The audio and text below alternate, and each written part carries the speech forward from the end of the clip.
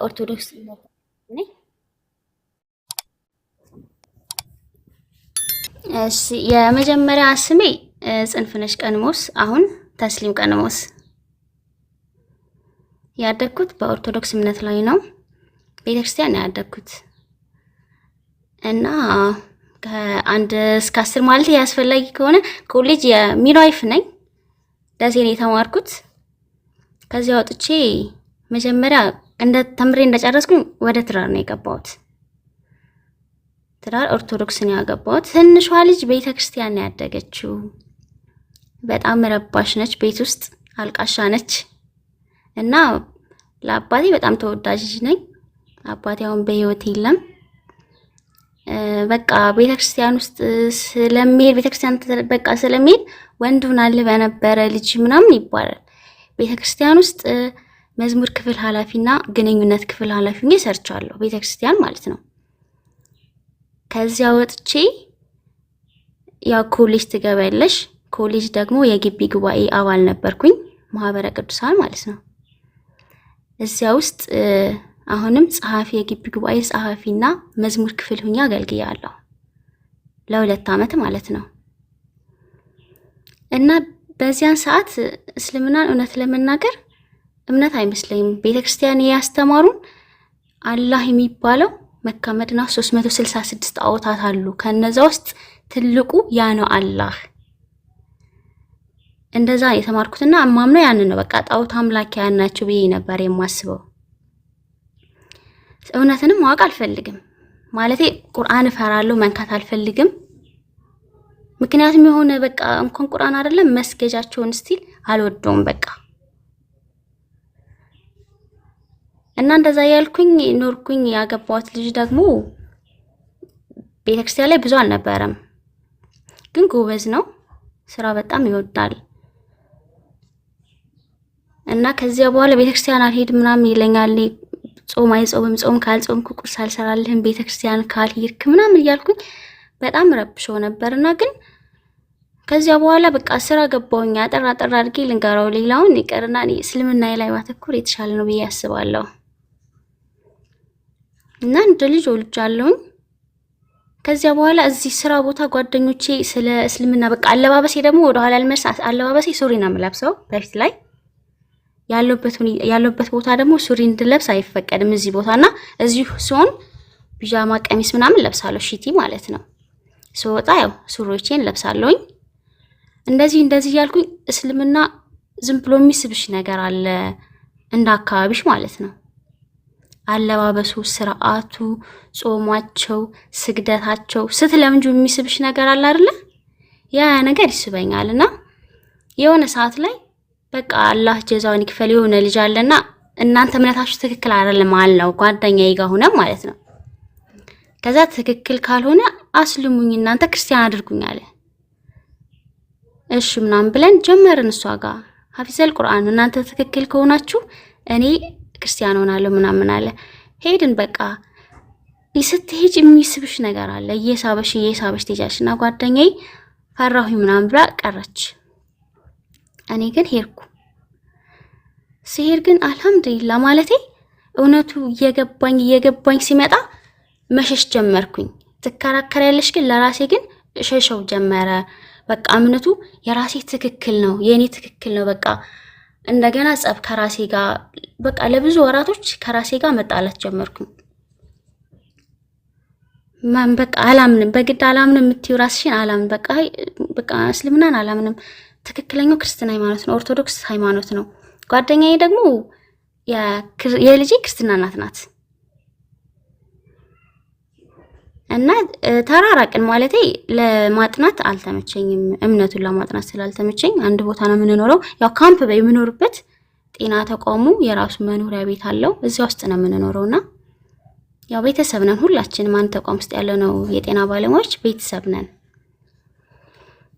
እያልን ሄድኩኝ። ከዛ ብቻዬን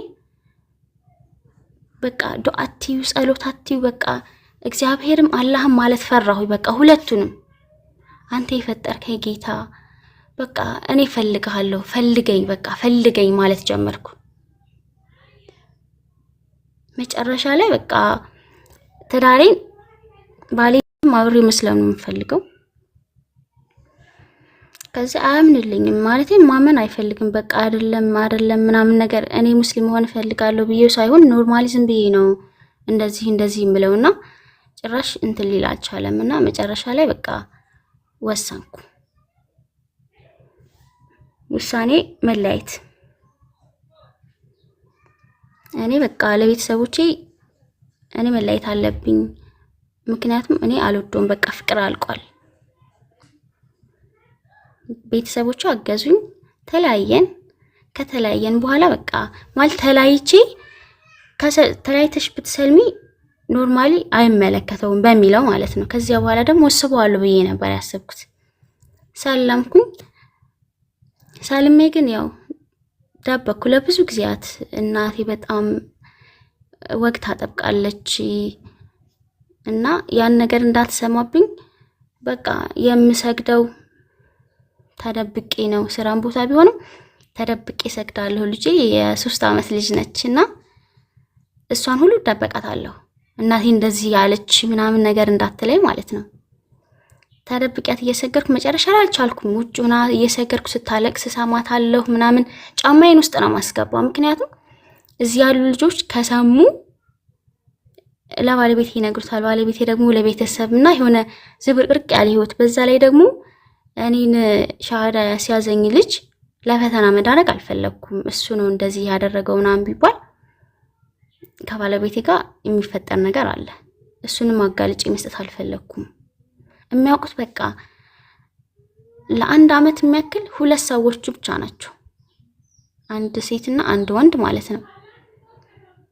እነሱ ናቸው ሊያግዙኝ የሚችሉት። ከነዛ ውጭ በቃ እውነት እንደ ወንድ ማለት ነው ተረብቄ አለመቼ ሲል በቃ አለ አይደለ ወደ ጫካ ምናምን በሚመስል ጫካም ባይሆንም ጫካ በሚመስል ውስጥ እሰግዳለሁ። ካርቶን አንጥፌ ምናምን ነው በቃ መስገጃ ምናምንም የለኝም። ምክንያቱም ያ ካለ ሰዎች ምንድነው ምናምን ይችላሉ። ልጄ የሚል ተናገር ትችላለች ቤት ውስጥ ካየችው። ያንን ነገር መረጥኩኝና ልጄ መጨረሻ ላይ ማስገባት ጀመርኩ ቤት ውስጥ ሰው ማለት ነው።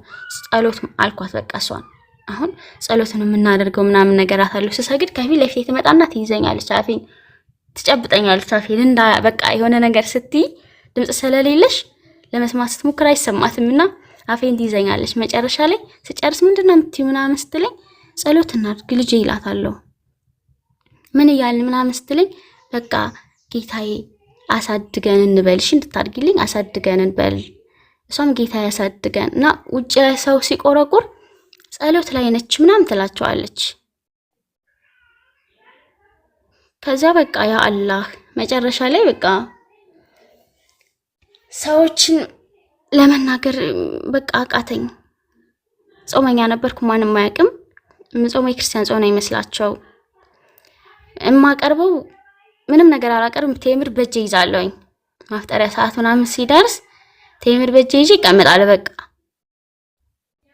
በር ዘጋለሁኝ። በር ዘግቼ ለምንድን ነው በቃ በዚህ ጾም ሰዓት እስከ ማታ በርግጥ ጾም ያለሽ እናውቃለን፣ በር አትዝጊ፣ እኛ እንዳንበላብሽ እንዳንጠጣብሽ ነው ምናምን ነገር ይሉኛል። ግን አልሐምዱሊላህ ያ ሁሉ አለፈና የሆነ ሰዓት ላይ ተናገርኩ። ስናገር ግን ያው እዚህ ያሉት ጓደኞቼ ጥሩ ነገር አደረጉልኝ። ክርስቲያኖቹ ራቁኝ። ባለቤቴ ደግሞ ሲሰማ ደግሞ ኦቨር በቃ ልጄን አምጪ ምናምን ነገር አለ። እሺ እኔ ልጄ ክርስቲያን ትሆናለች በቃ ናት አልኩት። ጥሩ አድርጌ ያሳድጋታለሁኝ።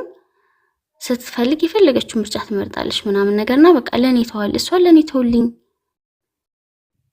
እሺ ትሄዳለች። አባቷ ግን አክቷ እንደ ሙስሊም ነው። ያው እኔ ጋር አለች አይደለ መስቀል ይታሰርላታል። ስትመጣ ደግሞ አልፈልግም ምናምን ብላ ሌላ ሰው ነው የሚያወልቅባት። እዚህ በጥሰው ይጥሉባታል ምናምንና እሱ ያስርላታል።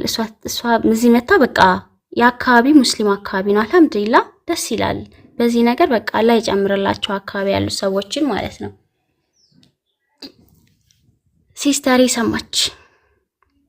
ሲስተር ሰማችና በቃ አለቀሰች። እውነት ሰልመሻል? እርግጠኛ ነኝ ሰልመሻል? ልመናቸው ምናምን አለች። ማን ነገረሽ ምናምን ነገር አልኳት። በቃ ለእናቴ ግን አትንገሪብኝ፣ እናቴ አትስማ። እናቴ ከሰማች ከህይወቷ ታስወጣኛለች ማለት ያው እናት ነች ባትቆርጥም፣ ግን በቃ ናፍቆት የሚባል ነገር አለ። እናቴ አባቴ በህይወት ስለሌለ እናቴ ነች ያሳደገችኝና እንድከፋት አልፈልግም፣ ሀቅም ስላለብኝ ማለት ነው። እሷንም አላህ ይስጣት። ትላንትም ያየች ነበረ ገስት ላይ ሆኜና ኢንቦክስ እያደረገችልኝ ነበረ። በዚህ አጋጣሚ መጨረሻው መልዕክት አስተላልፍላታለሁ ለሷ ማለት ነው። እናቴን በቃ አሁን ህማማት ላይ ነው የሰማችሁ። ጭራሽ ላናግርሽ አልፈልግም፣ በቃ ልጅ አይደለሽም፣ ብሞት ቀብሬ እንዳትቆሚበት ሞቺ ቀብርሽ አልቆምም። ያ ሁሉ በፊት ላይ ያለው ነገር ሁሉ በቃ እህቴም ቢሆን የተወሰነ ማለት ታናግረኝ ነበር። ከዚህ በኋላ ምንም ነገር እንዳትይኝ፣ እህቴ አይደለሽም፣ ከህይወቴ ውጪ። እናቴም እንደዚህ በቃ ሁሉም ቤተሰብ ያው ምናችንም አይደለሽም ምናምን ነገር አሉ። ግን ደስተኛ ነኝ። በቃ አላህ የሰጠኝ ነገር በቂ ነው። ከበፊት ካለኝ ህይወት ሳነጻጽረው በቃ ቢግ ዲፈረንስ።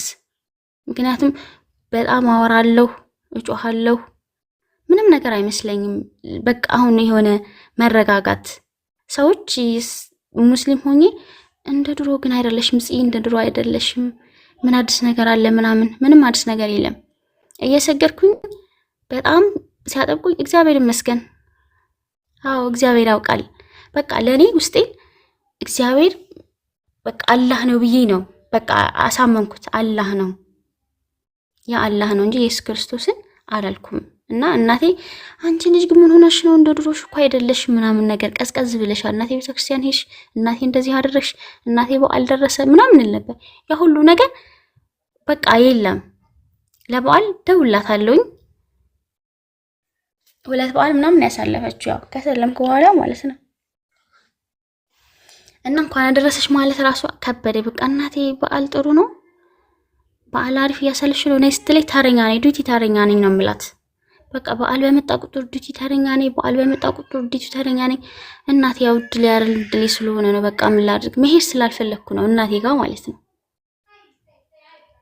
አሁን ላይ ይሄን ነገር ስትሰማ ደግሞ በቃ ልጅ አይደለሽም አለችኝ።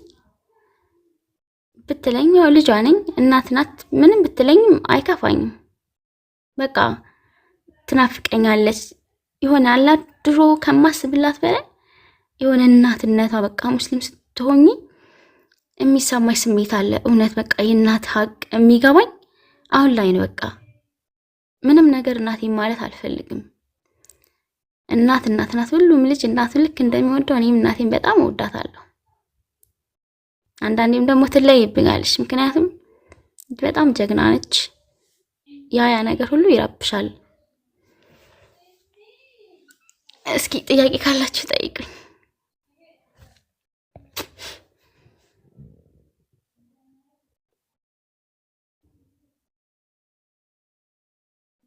እሺ ቤተክርስቲያን በቃ ኢየሱስ ክርስቶስ ጌታ ነው፣ ተሰቀለ ተነሳ የሚለው ነገር እስቲ ይረብሽኛል። የሥላሴ አንድነትና ሶስትነታቸው እነሱ ግራ ይገቡኛል። እዛ ውስጥ ያለሽ ራሱ አንዳንዴ የሆነ እንድታምኝ የሚያደርግሽ ነገር አለ አይደለ? በቃ እውነት ይሁን ውሸቱን ሳይገባሽ አዎ ሥላሴ አንድም ሶስትም ናቸው፣ አንድነታቸው ሶስትነታቸው በምን ይገለጻል ምናምን ስትይ የሚያስተምርሽ ነገር አለና ያንን ተቀብለሽ ትኖሪያለሽ። ከዚያ ደግሞ ስዕላት፣ አሁን ስዕላት አሉ። የእነሱ ስዕላት እንዴት በቃ ሚካኤል ይሳላል፣ ገብርኤል ይሳላል። ስለዚህ ለዛ እንሰግዳለን አይደል? ሁላችንም ከክርስትና በተለይ ኦርቶዶክስ ላይ ስዕላትን በቃ የእውነት ተንከባክበን ቤተክርስቲያን ስንሄድ እኔ ስዕል አድኖ በነጠላይ ነው የምጠርገው ካለኝ ፍቅር የተነሳ ማለት ነው። እና ያለኝ ክብር ነው በቃ አለ አይደለ? የእውነት አሁን ላይ ሁኜ የሆነ ጌታን እረስቸው ነበር እንደ ያኔ እንዴት ወደዚህ ግን ሳበኝ፣ እንዴት ወደዚህ ግን አመጣኝ ምናምን ብዬ አስባለሁኝ። እና በቃ ያኔ ሳበኝ እውነት ጌታ አይደለም፣ በቃ ኢየሱስ ክርስቶስ ጌታ አይደለም። በዛ ላይ ደግሞ የአባታችን ኢብራሂም አለይሂ ሰላም የእሳቸው ታሪክ ሞር በጣም ይስበኝ ነበርና ክርስትና ላይ አንድ ሚስት አለችው፣ ሁለተኛ ሚስቱ አጋር ሚስት አይደለችም። የወለደችው ልጅ ደግሞ ድቃላ ነውና ነፍሰ ጡር ሆኖ ቤታቸውን ይረብሽ ነበረ። ያን ነው የተማርኩት። አው አጋር ሳራ ፈቀደችለት ወደ አጋር እንድገባ ፈቀደችለት። ከተረገዘ በኋላ እኮ የአብርሃም ቤት ተበጠበጠ ተብዬ ነው የተማርኩት። ከዛ ኢስማኤል ላይ የተረገዘው ምናምን ነገርና እንዴት አሁን ነቢያትን የሚጠብቃቸው እግዚአብሔር ከሆነ ስለዚህ እንዴት አብርሃም እንዴት ድቃላ ይወልዳል? ስለዚህ ከቤት አባረራቸው። ከቤት ተባረሩ ብሎ ታሪካቸውን ጥፍት ነው ያደረጉት። ግን የረሱል ሰለላሁ ዐለይሂ ወሰለም ዘር ከዛ መምጣታቸውን የእውነት ነው በቃ ባላ ይሁንብኝ አላቅም። አሁን ያወቅኩት ኢስማኤል ዐለይሂ ሰላም ታሪካቸው ያልተነሳው እኔ እንደተማርኩት በቃ ኢስማኤል ዐለይሂ ሰላም ከተነሱ ረሱል ይነሳሉ። ያን ታሪክ ለማጥፋት እንዴት በዚህ ልክ? ስለዚህ ነቢያትን የሚጠብቃቸው እግዚአብሔር ከሆነ እንዴት እንደዚህ አይነት ነገር ያደርጋሉ? ስለዚህ ይሄ ለኔ ፎልስ ነው። ስለዚህ አንድ ነገር አገኘሁኝ እዚህ ላይ ማለት ነው። ከዚያ ደግሞ ጌታ ተወለደ። ተረግዞ ሴት ነበረ። ተረግዞ ጌታ አይደለም እንዴ? ከተረገዘ እንዴት ጌታ ከሆነ ተረግዞም ጌታ ነው። ሲረገዝ ምድርን ማን ነው የጠበቃት? አይደለም 9 ወር ከ5 ቀን አይደለም ለደቂቃ አላህኛን ከተውን የምንሆነውን አላህ ነው የሚያውቀው። ያ ነገር እሺ ተሰቀለ 3 ቀን 3 መዓልት 3 ሌሊት እነዛ ነገሮች እንዴት ሊሆን ይችላል ይሄ ነገር? ስለዚህ ሲሰቀል ሲሞት ምድር ምን ነበረች? ምድር ሰማያት ከዋክብት ረግፈዋል፣ ሰማያት ደም ለብሰዋል፣ ከሁለት ቅጠሎች በስተቀር ሁሉም ረግፈዋል ምናምን ነገር። የዛን ሰዓት ዲነል እስላም የለም ነበር እንዴ? በቃ ሁሉም ነገር የሆነ ጥያቄ ይሆንብኛል። ከዛ እዚህ ጋር ደግሞ ስመጣ ደግሞ በቃ አንድ አላህ ሱብሃን አላህ እንዴት አላምነውም? እንዴት አልቀበለውም? ፈልጌው ወድጆን የመጣሁትና ቁርአንን ክርስቲያን ሆኜ ማንበብ ጀመርኩ። ቁርአን ጋር የተረዳሁት ነገር ቁርአን ህግ ነው፣ መጽሐፍ ቅዱስ ደግሞ ታሪክ ነው። ይሄን ብዙ ሰዎችም ይሉታል። እኔ ግን ሰዎች ባሉ ሳይሆን አንብቤ በተረዳሁት ነው። በቃ ይሄን አድርግ፣ በምድር ላይ ስንኖር ይሄን ማድረግ እንዳለብን እነዚህ ስራዎቻችን ናቸው። እዛ ተከትለው ነው የሚሄዱትና ቁርአን ላይ የተቀመጡት እኛ የምናደርጋቸው ስራዎቻችን ናቸው። መጽሐፍ ቅዱስ ላይ ያለው ታሪክ እኮ ኪታብ ላይ ያለ ያ ተቀነጫጭቦ ምንም ብሎ ቢሆን ከኋላ ምናምን ስናያቸው ነቢያት በዲነል እስላም ያለፉ ናቸው። ግማሾቹ መጽሐፍ ቅዱስ ላይ ያልተጻፉ አሉ። ዲነል እስላም ያከበራቸው ነቢያቶች አሉ፣ መጽሐፍ ቅዱስ ላይ የሌሉ ማለት ነውና ያ ነው እኔን ይበልጥ የሳበኝ።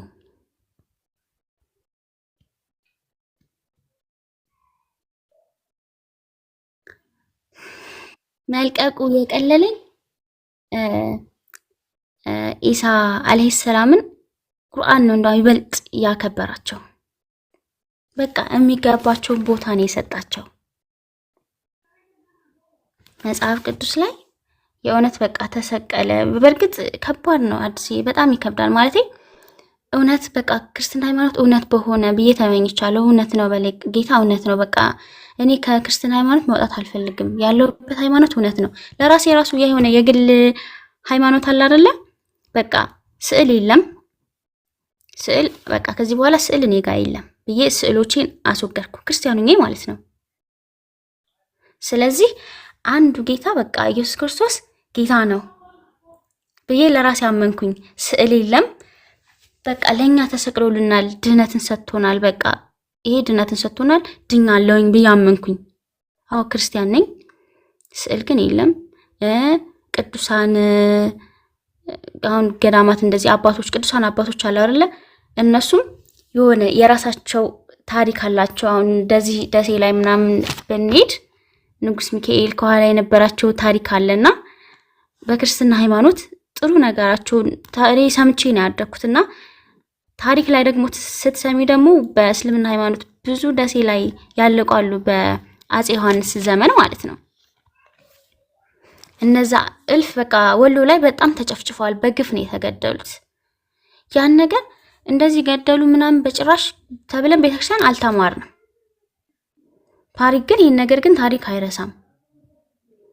ስለዚህ እነዛ በቃ በራሳቸው ያደረጉትን በንግስና ዘመናቸው ጥሩ ጥሩ ያደረጉትን ነገር ይጻፍና ቅዱሳን ናቸው ምናምን ተብሎ ይቀመጣል። ስለዚህ ያንን አምነን ተቀብለን አዎ ቅዱስ ናቸው ምናምን እያለን እንኖራለን። ግን ታሪክ አይረሳም ይሄን ነገር እና መልቀቅ እኔ ይዤው ነው የመጣሁት ነው ያልኩት። በቃ ኢየሱስ ክርስቶስ ጌታ አይደለም ነብይ ነው። ግን ነብይነቱን ይበልጥ አለ አይደለ ለድንግል ማርያም ፎቶዋን ምናምን ነገር እንደዚህ ስዕል አይቼ ማለት ነው ድንግል ማርያም ልክ እንደምትሰማኝ ማለት ነው ይሄ አንቺ አይደለሽም፣ ይሄ አንቺ አይደለሽም፣ ይሄ አንቺን አይወክልም፣ አንቺ ንጽሕት ነሽ፣ ቅድስት ነሽ፣ ይሄን አምናለሁኝ፣ አንቺ የሚገባሽ ይሄ አይደለም፣ በስዕል አማልጂኝ ብለን በቃ እመቤቴ አንቺ ታውቂያለሽ፣ ድንግል ማርያም አንቺ ታውቂያለሽ ብለን ተስለን ምናምን ብለን ነው ከቤት የምንወጣው። የመንገዴ መሪ ፋና ወጊ ምናምን እያልናት እናወራታለን ማለት ልክ እንደምትሰማ ማለት ነው። ይሄ አንቺ አይደለሽም፣ እስካሁን ላደረኩት ነገር በቃ ይቅርታ። ሁሉንም በቃ መላእክቶችንም መላእክቶችንም ስዕላቸውን አይና የቅዱስ ገብርኤል ክንፍ ከአድማስ እስከ አድማስ ይሞላል። በዚህ በጠባብ ወረቀት ተስሎ እንዴት ነው ያንተ ስዕል እዚህ ጋር ይተሳል? እንዴት ነው መንፈስ ሊሳል የሚችለው? መንፈስ ነው አይታዩም ከተባለ በስዕል እንዴት ይሄ ነገር እና ከዚህ አንፃር እኔ መውጣት ቢከብደኝም ከብዙ ቆይታ በኋላ ነው የወጣሁት። እኔ ቆይቻለሁ እዛ ውስጥ አንደኛ ትዳር የሚባለው ነገርም ስላለ አብሬ መምጣትም ስለፈለኩኝ ያን ነገር ለማስኬድ የተወሰኑ ነገሮችን ግልጽ አድርጌ አላወራም። በቃ እንደዚህ እኮ ይላል እና እንዴት ነው ከልጅ ተወልጄ ሙቼ ተነስቼ ምናምን የሚል ነገር ግን ታነባለህ ምናምን መላእክቶችንም ድንግል ማርያምንም ይዣት ነው የመጣሁት። ይበልጥ አከበርኳቸውን ድሮ ከነበረበት በቃ የሚገባቸውን ቦታ ሰጥቼ አከበርኳቸው።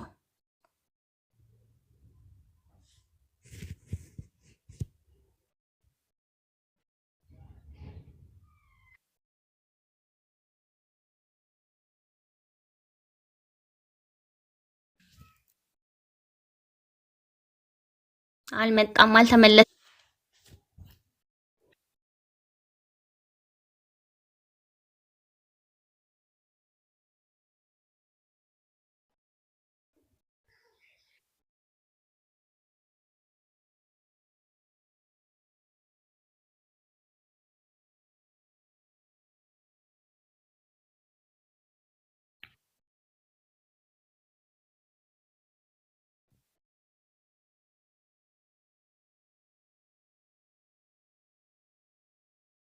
ባምቡ